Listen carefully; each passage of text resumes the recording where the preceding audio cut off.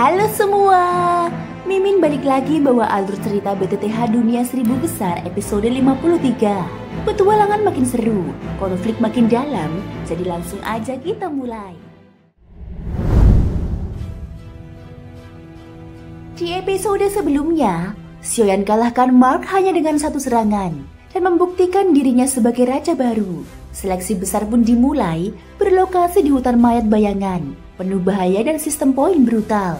Hadiahnya, pil Dori dan akses ke kolam kaisar. Namun di balik ujian ini, konspirasi iblis diam-diam bergerak. Wu Jiang dan Hudu menyelinap ke lorong rahasia dan menemukan dua roh iblis kuat, Yokuan dan Jimei, yang telah mengorbankan 96 manusia untuk membangkitkan tuan mereka. Mereka hendak mundur, tapi sosok dari dasar kolam yang diduga tuan kaisar iblis itu menemukan mereka. Hong Ye juga datang. Dia langsung terkejut melihat dua sosok yang terbaring tak sadarkan diri. Mereka adalah Hudu dan Wu Jiang. Ia mengenal baik kekuatan Wu Jiang.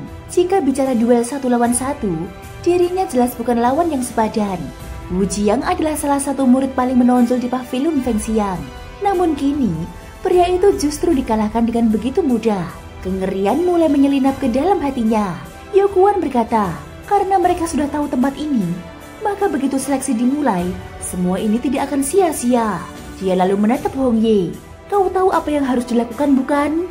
Yokuan sendiri tak menyangka bahwa seorang ahli di tingkat Dodi bintang 6 bisa ditundukkan dengan begitu cepat. Di dalam kolam ini, sang tuan hanya melancarkan beberapa gerakan sederhana dan langsung menjatuhkan lawan. Sepertinya manusia memang tidak sekuat yang dibayangkan. Hong Ye mengangguk kecil. Meskipun ia seorang wanita, tapi dia bukan tipe yang berhati lemah. Ya, aku mengerti. Itulah jawabannya. Meskipun hatinya takut terhadap makhluk-makhluk dari alam hantu, ia tidak memiliki pilihan lain. Mereka memiliki hubungan kerjasama, dan itu adalah kenyataan yang tak bisa ditolak. Asalkan ia bisa menyelamatkan pria yang dicintainya, maka semua pengorbanan termasuk nyawa makhluk tak bersalah sekalipun bukanlah harga yang terlalu mahal. Dengan keputusan bulat dalam hati, Hong Ye segera meninggalkan kolam dingin dan menuju ke tempat tinggal Wu Jiang. Di saat yang sama, alis Wu Jiang dan Hudu yang masih dalam kondisi koma tampak berkedut. Sekilas terlihat seolah mereka sedang melakukan komunikasi secara diam-diam. Namun tak lama kemudian, keduanya kembali jatuh dalam ketidaksadaran. 3 hari pun berlalu dengan cepat. Hari itu, seperti biasa, ribuan orang telah memadati alun-alun sejak pagi. Suasana sangat meriah. Semua peserta tampak bersiap dan bersemangat menyambut kompetisi. Di salah satu bangunan yang paling dekat dengan alun-alun, suasana mendadak tegang. Seorang tetua membentak dengan suara marah. Apa katamu? Wu Jiang hilang. Orang tua itu bernama Mu Jing. Sama seperti Wu Jiang, dia juga seorang ahli Dodi bintang 6. Jika Wu Jiang adalah penanggung jawab utama di tempat ini, maka dirinya adalah pengawas dari kompetisi ini. Dengan wajah penuh tekanan, Shen Yu berkata, Tetuamu, kami sudah mencari kemana-mana, tapi kami tetap tidak bisa menemukan penanggung jawab Wu Jiang. Situasi ini benar-benar membuatnya frustasi. Wu Jiang adalah orang yang memegang kendali penuh atas seluruh kegiatan di markas ini. Kini dia justru lenyap menjelang dimulainya seleksi poin. Itu bisa menjadi masalah besar. Mu Jing menarik nafas berat. Jika begini, maka kompetisi harus ditunda. Namun sebelum kalimat itu selesai, terdengar ketukan pintu. Shen Yu mendekat dan membukanya.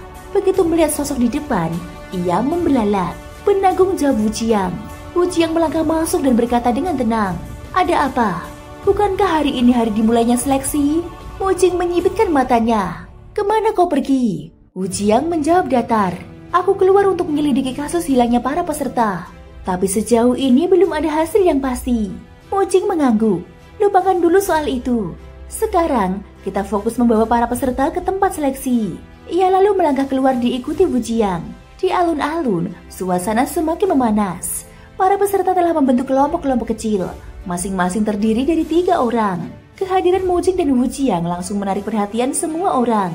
Dari kejauhan, mata Xiaoyan menyipit curiga. Entah mengapa, aura Wu Jiang terasa sedikit berbeda dari biasanya.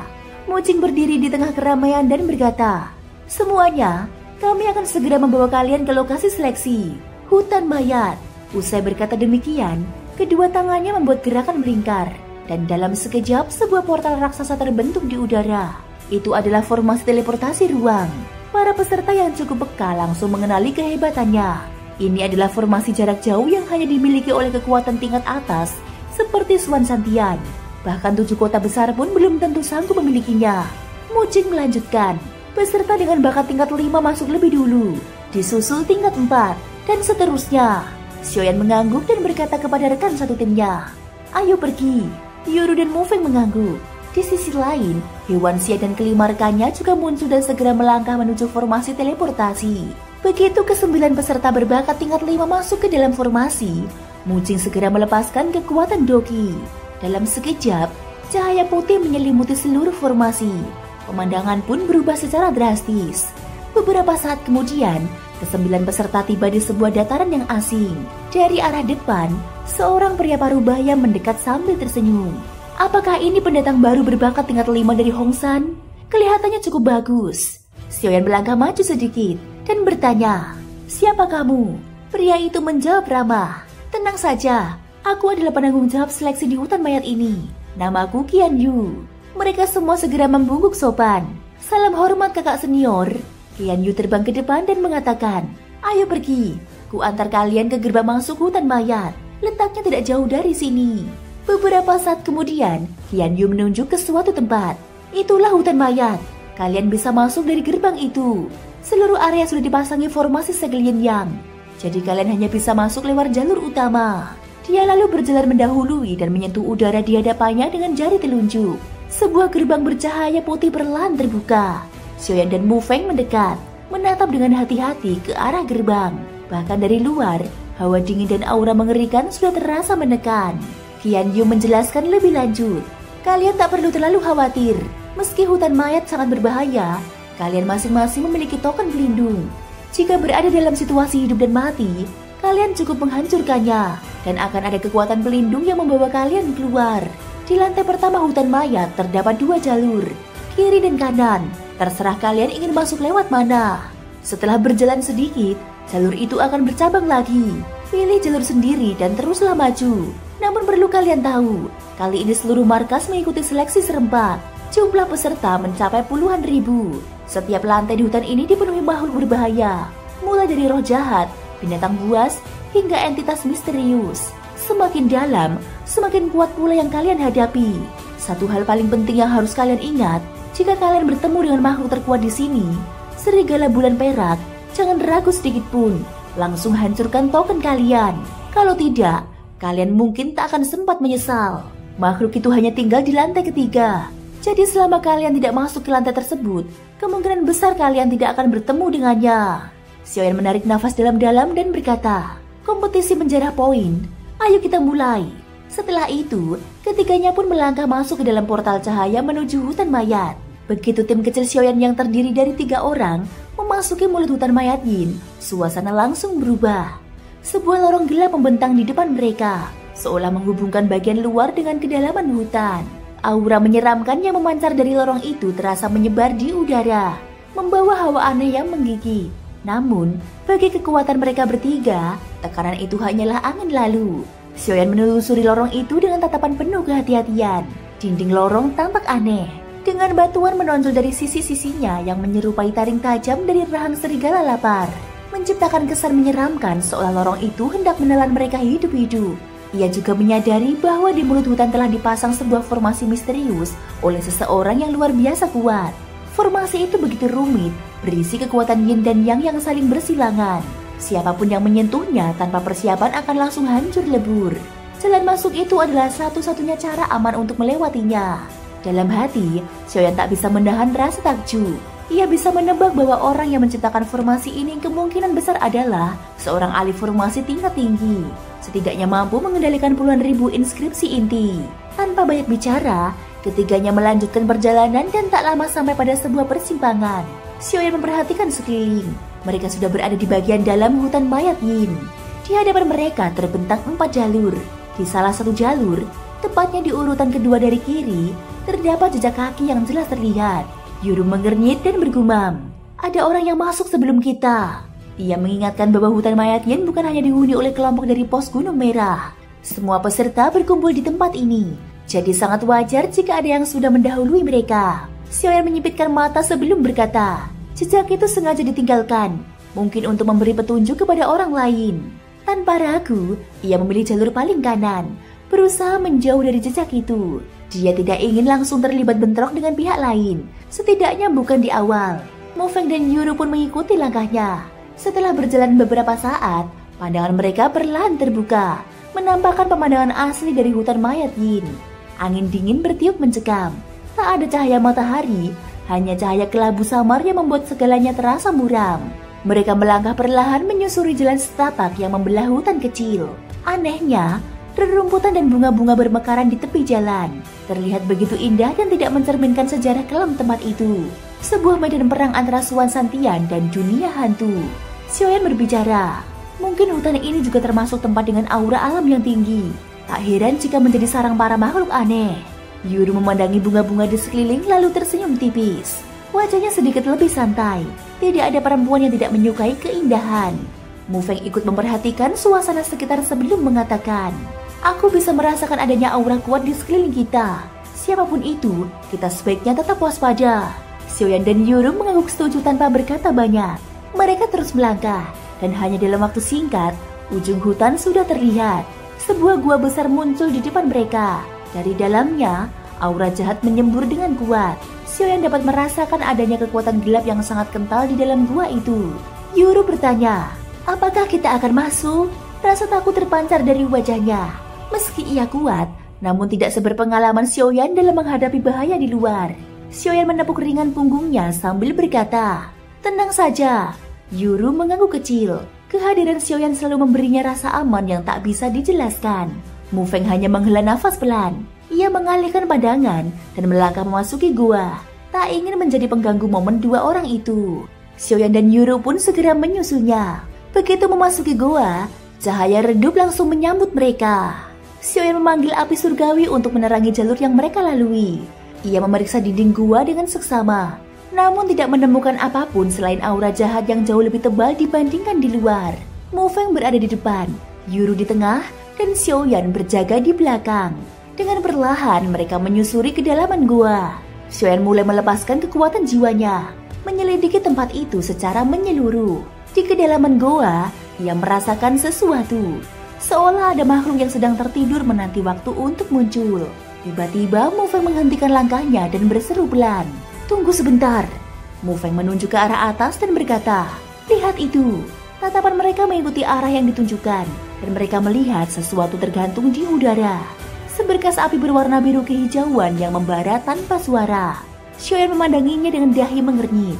Dia menyadari bahwa api itu sama sekali tidak mengeluarkan panas. Seolah hanya hiasan, tapi anehnya aura yang dipancarkan terasa tidak wajar. Tiba-tiba, api itu melonjak dan melesat ke arah mereka dengan kecepatan tinggi. Xiaoyan bereaksi cepat.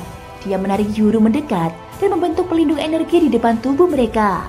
Sementara itu, di tempat lain dalam sebuah ruang batu di atas kolam dingin, terdengar suara yang menggema dari dalam kolam. Biarkan mereka maju lebih dahulu. Kali ini, aku akan membasmi semua manusia itu sebagai pembalasan dendam. Suara itu terdengar dari makhluk yang bersembunyi dalam kolam. Yao Guan bertanya pelan, bagaimana dengan dua orang itu? Makhluk itu menjawab dengan suara menyeramkan, akan aku telan juga. Setelah itu, kekuatanku akan pulih sebagian. Namun ia mengakui bahwa untuk sepenuhnya pulih, ia masih memerlukan separuh kekuatannya yang tersisa di bagian lain hutan mayat Yin. Mereka adalah satu tubuh dengan dua jiwa. Yao Guan dan Cime bergegas meninggalkan ruang itu dalam wujud kabut hitam. Begitu mereka pergi, ruangan batu itu kembali hening. Namun suara misterius dari dalam kolam masih terdengar samar. Manusia dengan kekuatan Do di bintang 5 dan 6, benar-benar makanan yang lezat. Setelah itu, permukaan kolam yang semula menggelembung perlahan kembali tenang, seolah menanti saat yang tepat untuk bangkit. Sin kembali ke tempat Xiaoyan. Api hantu yang melayang di udara tampaknya menyadari siapa target paling lemah. Tanpa ragu ia melesat menuju Yuru. Namun sebelum sempat menyentuhnya, tubuh Yuru tiba-tiba terdiam. Dalam sekejap, Xiaoyan menariknya ke belakang. Tangan satunya langsung menghantam api hantu itu dengan keras. Suara dentuman berturut-turut terdengar nyaring. Api hantu itu langsung hancur berkeping-keping di bawah serangan Xiaoyan. Dia menatap Yuru dengan alis berkerut sebelum bertanya, kau tidak apa-apa? Yuru menggeleng perlahan. Aku baik-baik saja. Hanya saja api itu aneh, seolah-olah langsung menyerang jiwaku. Xiaoyan mengangguk sedikit. Ia juga merasakan hal yang sama. Saat menghantam api hantu itu, ia merasakan adanya kekuatan asing yang mengarah langsung pada inti kesadarannya. Kekuatan yang tampaknya khusus untuk merusak jiwa. Ia mengingatkan dengan suara rendah, "Hati-hati." Setelah itu, ia berpaling ke Mu Feng dan bertanya, "Kau lebih berpengalaman soal makhluk-makhluk semacam ini. Apa menurutmu benda tadi?" Mu Feng menatap sisa api yang masih mengepul samar sebelum menjelaskan. Itu mirip api hantu yang biasanya muncul di makam atau tempat penuh mayat. Gas yang berasal dari pembusukan tubuh bisa menciptakan fenomena seperti itu. Tapi biasanya api hantu itu tidak punya kesadaran, apalagi sampai menyerang manusia. Ini sangat mencurigakan. Xiaoyan mengangguk pelan.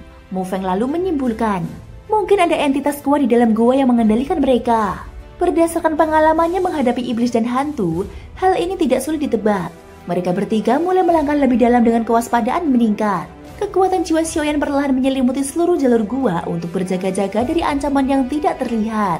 Ia memperhatikan perubahan pada kekuatan jiwanya, lalu menyampaikan, "Aku merasakan sesuatu di dalam. Ada makhluk kuat, tapi tubuhnya dipenuhi energi gelap.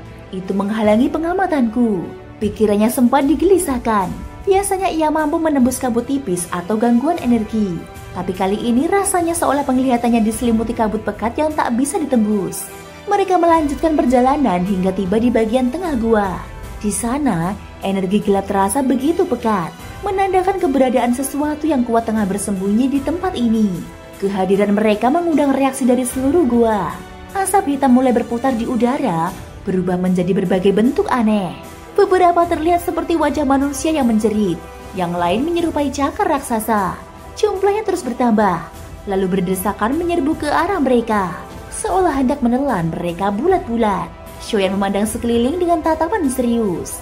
Api surgawi menyelimuti dirinya sepenuhnya, membuatnya tampak seperti dewa api yang turun ke dunia. Dalam sekejap, seluruh kabut hitam terdorong mundur, dipaksa berkumpul di satu titik. Api di sekujur tubuh Xiaoyan meledak terang dan menerangi seluruh ruangan. Kabut hitam yang tersembunyi kini tak bisa lagi menyamarkan diri. Semuanya terlihat jelas. Di saat itu, bayangan hitam muncul dari belakang dan menerkamnya dalam diam. Tanpa memberi waktu berpikir, 9 bayangan lain menyusul dari 9 arah berbeda. Semuanya bergerak cepat, mengarah langsung pada Xiaoyan dengan niat membunuh. Menyingkir. Api surgawi dalam jumlah besar menyembur dari tubuhnya, menyebar ke segala penjuru untuk menghadapi serangan dari 9 arah sekaligus. Bagi makhluk berbasis energi gelap seperti para bayangan itu, efeknya sangat menghancurkan. Satu persatu bayangan hitam terpukul mundur dan akhirnya bergabung menjadi satu entitas besar sebelum melarikan diri ke bagian dalam gua. Xiaoyan memperhatikan arah kepergian mereka lalu berkata, "Jangan dikejar." Mu Feng menyimak seluruh kejadian itu dengan penuh takjub. Penilaiannya terhadap kekuatan Xiaoyan kini berubah. Lelaki itu bukan hanya kuat, tapi juga tenang dan strategis. Sementara itu, di ruangan batu jauh di dalam goa, permukaan kolam darah mulai bergejolak. Air berwarna merah pekat perlahan memudar menjadi lebih jernih. Sebuah suara menyeramkan terdengar dari dalam kolam. Sudah waktunya. 2 sinar hitam keluar dari kolam, menyelimuti tubuh Wu Jiang dan Hudu sebelum menarik mereka masuk ke dalam.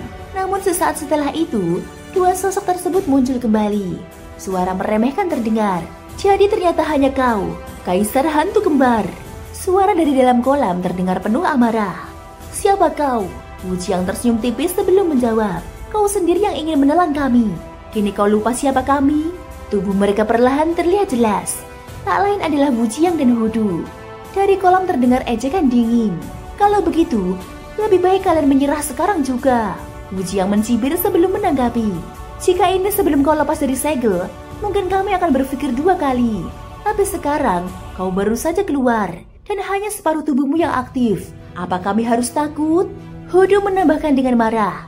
"Sudah cukup bicara. Saat membalas dendam atas teman-teman kami yang terbunuh." Suara dari kolam menegang. "Bagaimana bisa kalian tidak terkena efek racun jiwa?" Wu Jiang tersenyum dingin. "Kami bukan anak kemarin sore. Sudah biasa menghadapi trik licik seperti itu." Begitu kata-katanya selesai, energi pada tubuh Wu Jiang melonjak tajam. Dia dan Hudu langsung mengepung sisi kolam, membentuk formasi penyerangan dari 2 arah. Wu Jiang berkata, "Kau sudah menyerah begitu banyak darah tapi belum juga pulih. Memalukan." Kaisar Hantu Kembar tertawa keras dari dalam kolam. Seorang Dodi bintang 5 dan seorang Dodi bintang 6 sebenarnya ingin membunuh Kaisar ini. Tidakkah kau bermimpi? Suasana berubah mencekam. Hu Jiang dan Hudo mulai melangkah mendekat. Aura mereka menyelimuti seluruh ruangan. Mereka tahu betul kekuatan asli dari Kaisar Hantu Kembar bisa menandingi Dodi Bintang 7. Di masa lalu, untuk menyegelnya saja dibutuhkan kekuatan luar biasa. Tapi sekarang, ia masih setengah tersegel. Ini kesempatan terbaik. Mereka berseru serempak. Tapak pembakar langit, jari penghancur sunyi. Kedua teknik tingkat tinggi itu menyatu dalam ledakan kekuatan yang mengguncang seluruh ruangan. Menghantam langsung ke arah kolam. Kaisar Hantu Kembar menggeram keras. Ledakan jiwa. Ia menyadari tubuhnya belum cukup kuat untuk menahan serangan dua orang itu. Maka ia memutuskan meledakkan sisa kekuatan dalam tubuhnya, menyatu dengan aura gelap dari kolam serta terowongan di sekitarnya. Ledakan besar pun terjadi. Hu Jiang memekik. Cepat, mundur. Mereka melesat menjauh sesaat sebelum ledakan menyapu seluruh ruang. Ledakan besar dari dua serangan Dodi dan ledakan jiwa dari sang kaisar menghancurkan seluruh area. Dinding batu runtuh, air kolam memercik liar, dan tanah berguncang hebat. Saat segalanya mereda, yang tersisa hanyalah kehancuran. Di tengah reruntuhan terdengar suara nafas berat. Ke barat. Suatu hari nanti, kalian tidak akan bisa pergi hidup-hidup dari sini. Untuk pertama kalinya, wujud asli Kaisar Hantu Kembar terlihat. Separuh tubuhnya menyerupai manusia, lengkap dengan wajah, tangan, dan kaki di sisi kiri. Namun sisi kanannya putih polos, seperti kertas kosong tanpa fitur apapun. Seolah tubuh itu memang diciptakan hanya setengah. Thank you guys sudah mendengarkan ceritaku di episode kali ini sampai akhir. Ikutin terus kelanjutan episode berikutnya ya. Jangan lupa like, subscribe, dan komennya. Semoga hari kalian menyenangkan. Sampai jumpa dan bye-bye.